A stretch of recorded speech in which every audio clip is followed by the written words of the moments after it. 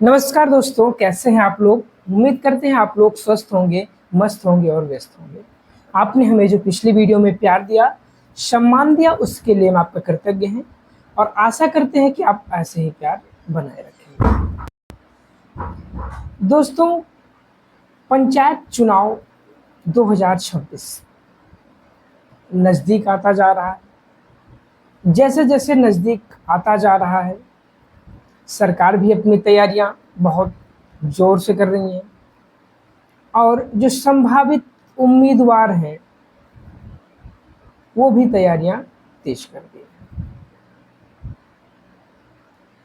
अब जो संभावित उम्मीदवार हैं या पंचायत चुनाव लड़ने के लिए कौन कौन से ऐसे दस्तावेज होते हैं जिनकी आवश्यकता होती है, या कौन कौन सी ऐसी बातें जानना जरूरी है चुनाव लड़ने से पहले, कि उन बातों को यदि हम पहले जान लें तो अपनी कमियों को हम दूर कर पाएं। तो हम आपको इस वीडियो में वे सारी बातें बताने वाले हैं जिनके माध्यम से आप अपनी कमियों को दूर कर पाएंगे और एक बढ़िया संभावित उम्मीदवार बन पाएंगे। तो आप बने रहिएगा, वीडियो में आपको पूरी जानकारी देने वाले हैं। तो दोस्तों, पंचायत चुनाव लड़ने के लिए आपकी जो उम्र है वो 21 साल से ऊपर होनी चाहिए। यानी कि जिस भी वर्ष आप चुनाव लड़ने जा रहे हैं, आने वाले समय में आप यदि चुनाव लड़ने जा रहे हैं तो आपकी जो उम्र है वो 21 साल पूरी होनी चाहिए। और जिस भी ग्राम सभा से आप चुनाव लड़ना चाह रहे हैं, आपका उस ग्राम सभा में वोटर लिस्ट में नाम होना चाहिए। 21 साल आपकी उम्र होनी चाहिए और वोटर लिस्ट में नाम होना चाहिए। और तीसरी बात हम आपको बताने वाले हैं, आपके ऊपर कोई लोन नहीं होना चाहिए। यदि आपका बिजली का बिल भी बकाया है तो आप बिजली का बिल पहले जमा कर दें, उसके बाद प्रधानी लड़ें। और आपके घर में शौचालय अवश्य बनना होना चाहिए। यानी कि आप स्वच्छ भारत मिशन का एक हिस्सा होना चाहिए। आइए हम क्रमबद्ध तरीके से समझते हैं कि कौन कौन से डॉक्यूमेंट हमारे लिए आवश्यक है। तो सबसे पहला आपको नामांकन पत्र अपने विकास खंड में लेना होगा, जिसकी जो फीस है ग्राम प्रधान के लिए 300, बीडीसी के लिए 300 है। आप अपने विकास खंड से नामांकन पत्र प्राप्त कर सकते हैं।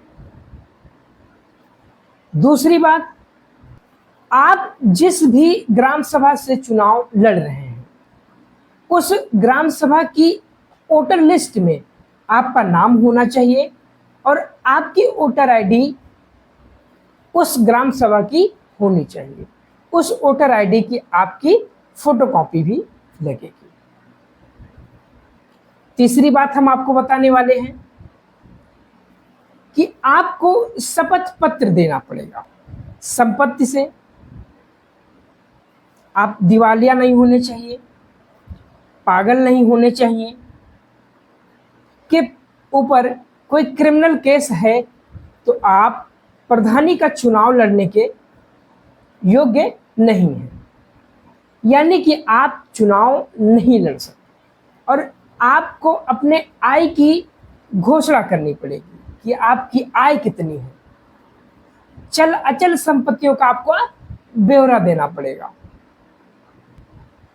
और चौथी बात है कि आपको जाति प्रमाण पत्र भी देना होगा। आरक्षित सीटों के लिए आपको जाति प्रमाण पत्र देना होगा। यदि महिला सीट आती है तो महिला के मायके का जो है जाति प्रमाण पत्र लगेगा। ठीक है। पांचवी बात जो है, आयु प्रमाण पत्र यानी कि आपकी जो उम्र है वो 21 साल पूरी होनी चाहिए। 21 साल पूरी हो या उससे ऊपर हो, यानी 21 साल से कम उम्र आपकी नहीं होनी चाहिए। यदि आपकी कम उम्र है, फॉर्म आप जमा करते हैं भर के, तो आपका फॉर्म निरस्त कर दिया जाएगा, रिजेक्ट कर दिया जाएगा।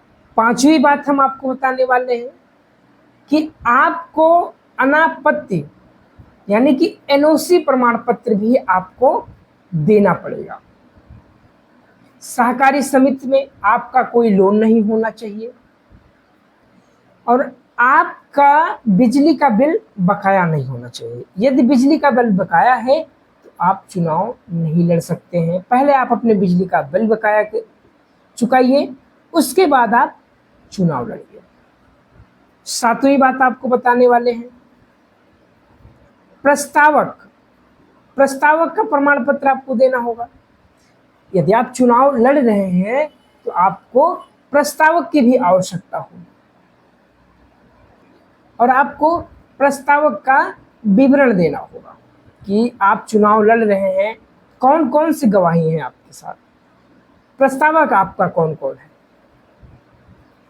और जो प्रस्तावक होना चाहिए उसी ग्राम सभा का होना चाहिए, उसी पंचायत का होना चाहिए, उसका वोटर लिस्ट में नाम होना चाहिए, उसकी वोटर आईडी होनी चाहिए और उसका नाम और हस्ताक्षर यानी उसके साइन भी लगेंगे।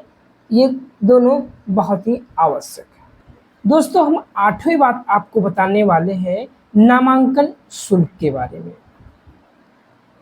जो प्रधानी और बीडीसी के लिए जो नामांकन शुल्क है वो 300 रुपये निर्धारित है। महंगाई बढ़ी है तो शायद बढ़कर 500 हो सकता है। ये तो बात हो गई नामांकन शुल्क की। आइए हम बात कर लेते हैं कि जमानत राशि कितनी कितनी है।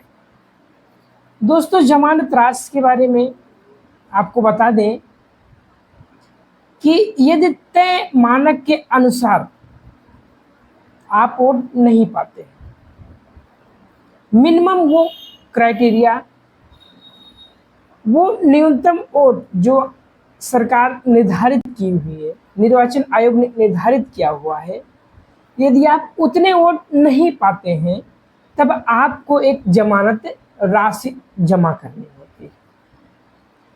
तो प्रधानी के लिए जो जमानत राशि है वो 2000 है, बीडीसी के लिए भी इतनी है।